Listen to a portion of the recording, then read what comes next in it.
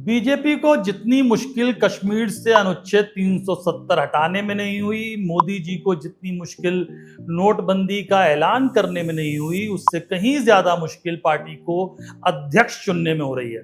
कसम से बीजेपी के कई कार्यकर्ताओं को भी समझ में नहीं आ रहा कि आखिर माजरा क्या है। तो आज द किस्सा के न्यूज की बात सेगमेंट में बात इसी मुद्दे पर होगी। नमस्कार, मैं हूं पीयूष पांडे और आप देख रहे हैं द किस्सा। बीजेपी के नए अध्यक्ष का ऐलान जल्द होना है, कब होना है कहना मुश्किल है, लेकिन कहा जा रहा है कि मोदी जी ने नाम तय कर लिया है कि अध्यक्ष कोई महिला होगी। जी, 45 साल बाद बीजेपी को पहली महिला अध्यक्ष मिल सकती है। आप सोचेंगे कि ऐसा हो ही नहीं सकता, बीजेपी की अध्यक्ष कोई महिला हो ही नहीं सकती, क्योंकि ऐसा कभी हुआ नहीं है और आरएसएस ऐसा होने नहीं देगा। लेकिन ऐसा है नहीं, और सच तो यह है कि बीजेपी की दूसरी अध्यक्ष ही एक महिला होने वाली थी, लेकिन उस महिला ने ही इनकार कर दिया। जी हाँ, बात उस वक्त की है जब अटल बिहारी वाजपेयी बीजेपी के 2 टर्म अध्यक्ष रह चुके थे और नए अध्यक्ष का चुनाव होना था। उसी दौर में एक दिन अटल बिहारी वाजपेयी और लालकृष्ण आडवाणी विजया राजे सिंधिया के घर नाश्ते पर पहुंचे। विजया राजे सिंधिया को राजमाता विजया राजे सिंधिया भी कहा जाता था। अटल आडवाणी दोनों ने नाश्ता किया जमकर और उसके बाद उनसे कहा कि हम चाहते हैं कि आप बीजेपी की नई अध्यक्ष बने। विजया राजे सिंधिया ने कहा कि आप दोनों का आग्रह है तो मैं इनकार नहीं कर सकती और मैं पार्टी पर सब कुछ न्योछावर करने को तैयार हूँ, इसलिए भी आपको मना करने का सवाल नहीं है, लेकिन मुझे इस बारे में अपने गुरुजी से पूछना पड़ेगा। अगले ही दिन विजया राजे सिंधिया अपने गुरु से मिलने दतिया पहुंची। उन्हें सुबह सुबह गुरु ने मिलने का समय दिया और जब वे उनके कमरे में पहुंची तो उन्होंने गुरुजी से कहा कि क्या मुझे बीजेपी का अध्यक्ष पद स्वीकार करना चाहिए। गुरुजी कुछ देर चुप रहे, उन्होंने एक नजर देखा और फिर सीधे इस सवाल का जवाब ना देते हुए कहा, मुझे नहाने जाना है।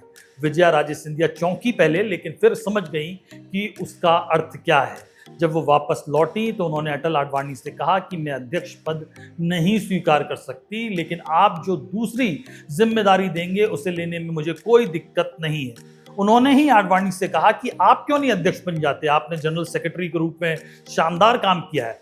तो आडवाणी ने कहा कि मैं तभी प्रेसिडेंट बनूंगा जब आप ये वादा करें कि आप वाइस प्रेसिडेंट बनेंगे। विजय राजे ने सहमति दे दी और कहा कि जब तक आप प्रेसिडेंट रहेंगे मैं वाइस प्रेसिडेंट रहूंगी पार्टी की। और ऐसा ही हुआ।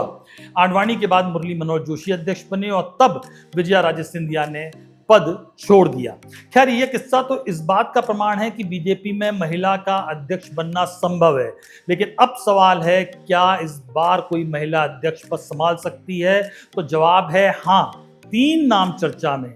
पहला नाम है निर्मला सीतारमण का, दूसरा डी पुरंदेश्वरी का और तीसरा वनाथी श्रीनिवासन का।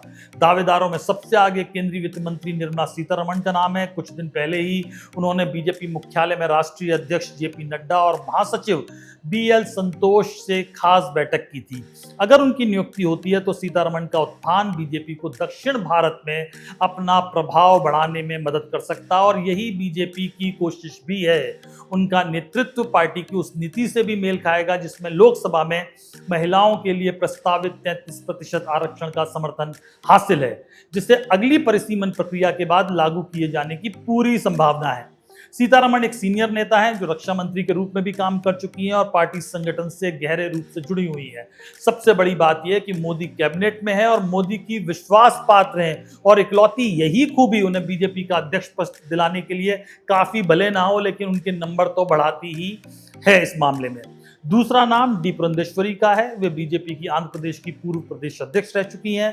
पुरंदेश्वरी को ऑपरेशन सिंदूर प्रतिनिधि मंडल के लिए भी चुना गया था, जो कई देशों की यात्रा पर गया, जो बहुदलीय प्रतिनिधि मंडल था।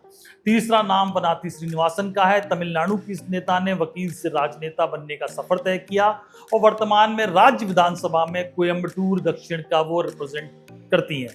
1993 में भाजपा से जुड़ने के बाद से उन्होंने राज्य सचिव, महासचिव और उपाध्यक्ष जैसे कई इंपॉर्टेंट पद संभाले। 2020 में उन्हें भाजपा महिला मोर्चा की अध्यक्ष बनाया गया था और 2022 में वे भाजपा की केंद्रीय चुनाव समिति की सदस्य बनी। इस तरह वे इस पद पर पहुंचने वाली पहली तमिल महिला बनी। आरएसएस ये भी जानता है और मानता है कि महिला नेतृत्व का प्रतीकात्मक और रणनीतिक दोनों तरह से बड़ा महत्व है। हाल ही में आरएसएस की 3 दिवसीय जो बैठक हुई थी उसमें महिलाओं की बढ़ती भागीदारी पर विस्तार से चर्चा हुई थी। संगठन के भीतर ये विचार उभर रहा है कि महिला की मौजूदगी को और मजबूत किया जाए जिससे राजनीति में महिलाओं की भूमिका बढ़ सके। ये संकेत इस बात का है कि महिला नेतृत्व को लेकर अब गंभीर सोच शुरू हो चुकी है। साथ ही रिजर्व बैंक की हालिया रिपोर्ट में यह सामने आया कि 2029 के चुनाव में देश में सबसे अधिक फीमेल वोटर्स होंगी, लगभग 50%, और ऐसा पहली बार होगा। इसका अर्थ है कि महिला मतदाता चुनाव का निर्णायक कारक बनेंगी। वैसे तो अभी भी बन ही रही हैं। 2024 में महिला वोटर्स का प्रतिशत करीब 66% था, यानी जितनी महिला वोटर हैं उसमें 66% महिलाओं ने वोट डाले, जबकि पुरुष उससे थोड़े से कम थे।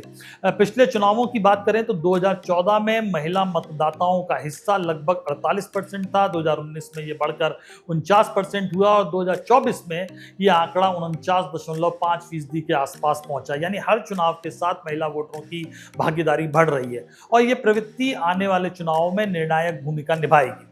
इसी संदर्भ में बीजेपी ने महिला आरक्षण बिल को पास कराने का श्रेय लेने की कोशिश की है।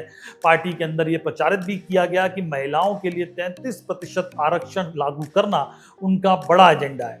कई विश्लेषकों का मानना है कि 2029 के चुनाव से पहले यह आरक्षण लागू हो सकता है, जिससे पार्टी को महिलाओं का समर्थन हासिल करने का मौका मिलेगा।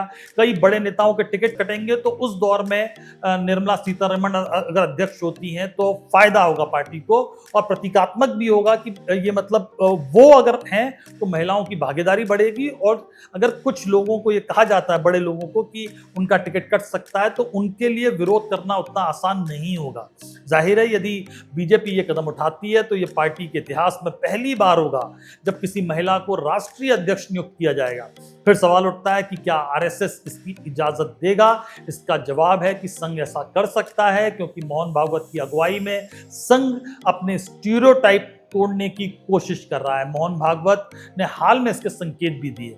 जाहिर है अभी ऐसे दावे अटकल से ज्यादा कुछ नहीं है। फिर भी महिला अध्यक्ष होगी तो कौन होगी? निर्मला सीतारमण होगी, पुरंदेश्वरी जी होंगी या वनाथी श्रीनिवासन? इन सवालों के जवाब समय ही देगा। लेकिन एक बात साफ है कि राजनीति का यह मोड़ महिलाओं की भागीदारी से जुड़ा मुद्दा बनने जा रहा है और कोई बड़ी बात नहीं कि बीजेपी को पहली महिला अध्यक्ष मिल जाए। और ये जो एक भ्रम है कि आरएसएस कोई महिला अध्यक्ष नहीं बनने देगा, ये भी टूट जाए। तो ये किस्सा आपको कैसा लगा? द किस्सा में कमेंट बॉक्स में जरूर लिखें। आपको क्या लगता है उसे कमेंट बॉक्स में लिखें। अगर ये वीडियो पसंद आया हो तो इसे लाइक करें, शेयर करें और द किस्सा चैनल को सब्सक्राइब करें। आगे भी बताएं ताकि हम इस तरह के किस्से, हम द किस्सा में अलग अलग तरह के किस्से लाने की कोशिश करते हैं। पॉलिटिकल खबरों का विश्लेषण भी करते हैं। फिलहाल आज के लिए इतना ही। धन्यवाद।